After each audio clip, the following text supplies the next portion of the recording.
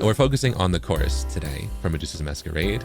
This song has quite a few. So here is a taste, and then we can go through the layers as well a little bit. I'm gonna focus on the chorus, okay? So I'm gonna give you a taste of the acapella, of the chorus acapella from Medusa's Masquerade, and perhaps another part as well.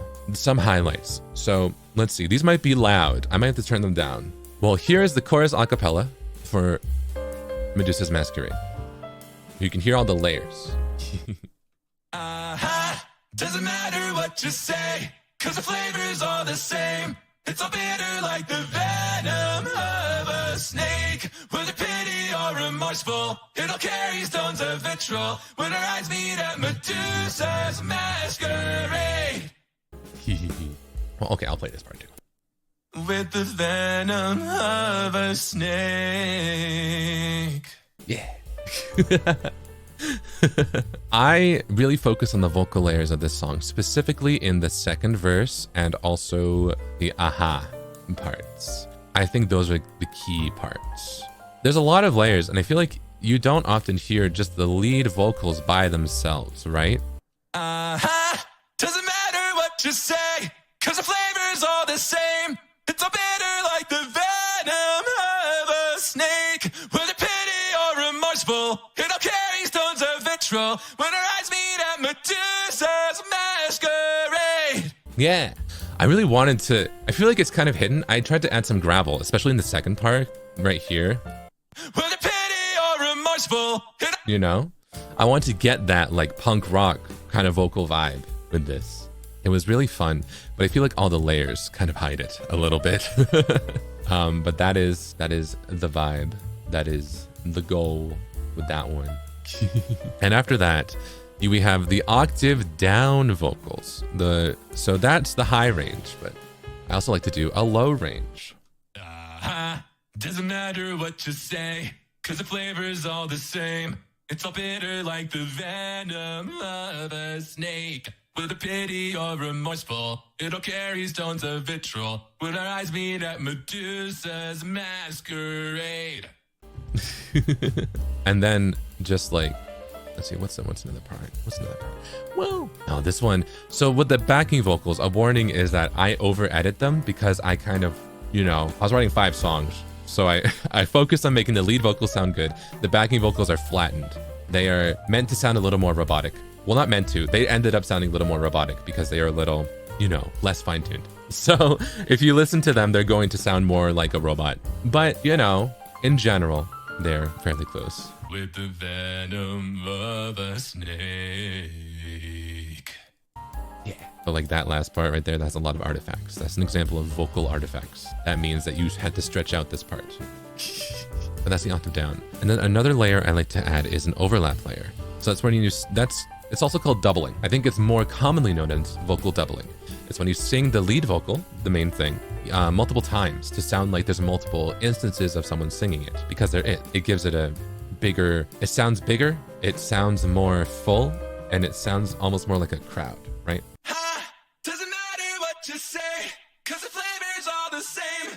It's all bitter like the venom of a snake. Whether pity or remorseful, it all carries tones of vitriol. When our eyes meet at Medusa's Masquerade.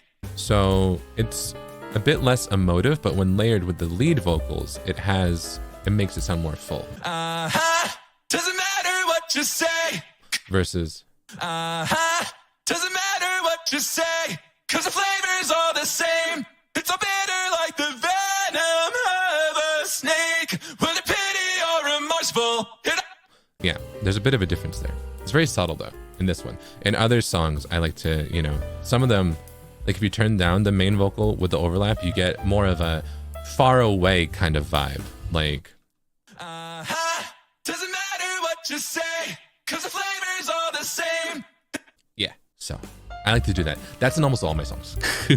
Vocal doubling. I love vocal doubling. On top of this are some harmonies. We get into the harmonies. And here is where the vocals get super edited. And also here is where the vocals, my tone gets a bit at certain parts.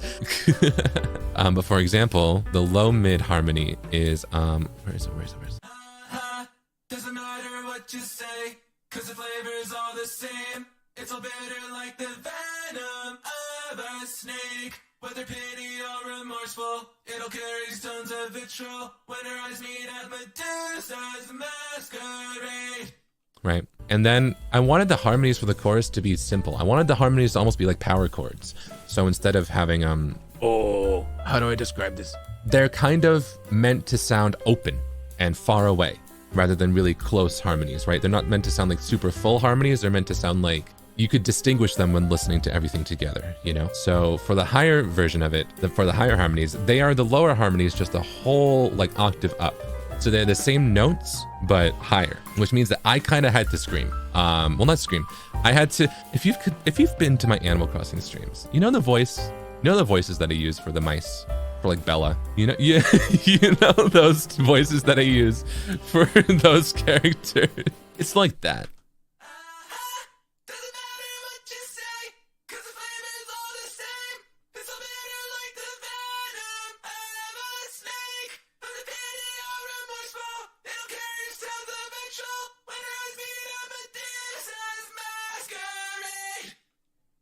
It's up. But when layered, they sound like. Doesn't matter what you say, cause the flavor's all the same. It's all bitter like the venom of a snake. Whether pity or remorseful, it'll carry stones of vitriol. When her eyes meet at Medusa's masquerade. Let's see. Those were the only harmonies I added in the chorus for the longest time. And it wasn't until the song was just about to be done that I was like, I feel like the emphasized parts of the chorus, the like, dun, dun, dun, dun, dun, you know, that part, I feel like it needs more oomph, right? I feel like it needs something else there because up until then, it would just be like this. Cause the flavors are the same. It's all bitter like the venom of a snake. Whether pity or remorseful, it'll carry stones of vitriol. When her eyes meet at Medusa's masquerade. Which is nice, right? This is nice, but I feel like it needed a bit more. So what I did was I added a low harmony. Venom of a snake. Very basic, just for that part. And I also recorded a bass vocal. Venom of a snake. And on their own, they're kind of unassuming. Venom of a snake. But when they show up in the middle of the song, right, they really emphasize the chorus. They really bring it out, I think. Cause the flavor's all the same. It's all bitter like the venom of a snake. Whether pity or remorseful, it'll carry stones of vitriol. When her eyes meet at Medusa's masquerade. But also, if you're curious, here's what just the harmonies sound like. Cause the flavor's all the same. It's all bitter like the venom of a snake. Whether pity or remorseful, it'll carry stones of vitriol. When her eyes meet at Medusa's masquerade. I'll probably only show you the layers for Aha, all right? But you can listen to the acapella of the second verse. I'm proud of both of those parts, but I think the acapella of the entire song is cool. So the second verse, this one is kind of the second verse of the song is the breakdown, I would say. It's every song I think is about a pull and a release, you know? It's about low points and high point, a calm and then a climax, that type of thing. So this is the second verse, which is the lowest point of the song, I would say. It's not low as in bad, of course, but it's low as in it's like the eye of the storm, I would say, of the song, right? So if you listen to the instrumental, everything goes from to just a quiet, like,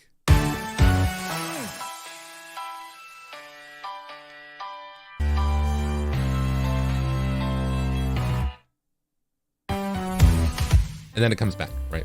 I wanted, with all of that instrumental room, I wanted the vocal buildup to be really audible. I wanted the vocal layers and the kind of choir vibes to really be there. I wanted it to slowly amp up into the second pre-chorus.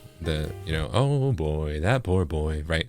I wanted it to build up to that part in a very smooth, but also climactic way.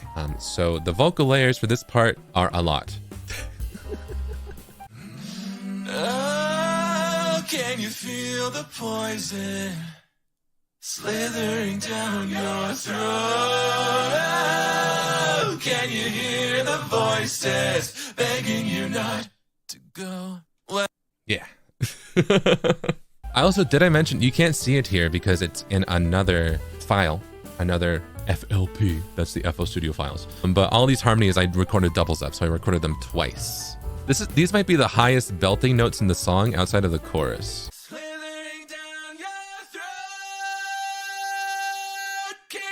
No, I think there's higher later, but I recorded stuff like that twice. And I had a lot of fun with the layers in this part. But another part I had a lot of fun with the layers in is the aha part, which I'm going to show you the original version of the song of aha, you know, this part. I'm just gonna play it as it is in the original song for the first point, in case you haven't heard the song before, okay? This was an experiment. This was something that I didn't intend to do, and then I was like, wait, that's fun.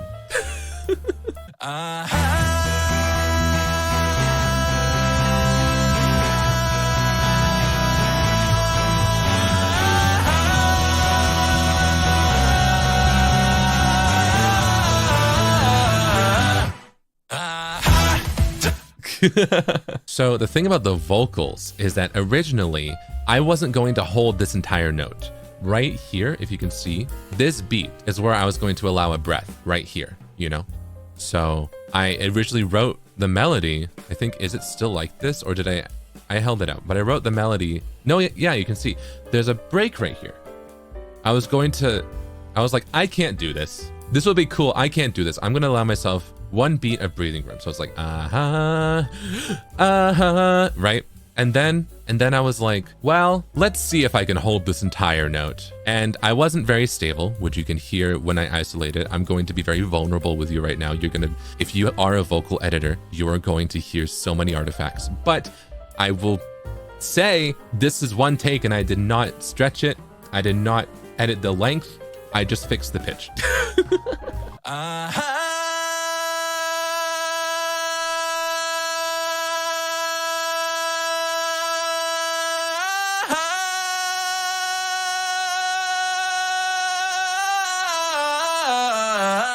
Yeah. And I had to do multiple takes of that because I was like, maybe I want to double it. I ended up not because I liked the sound of it being solo at the start. But I was very proud because I ended up being able to have enough breath control to do the whole 15-second note, which, by the way, it's exactly 15 seconds, which honestly is not too bad. But like, you need at least like bare minimum breath control, I would say. People have done way more impressive, of course, but I was proud. I was proud.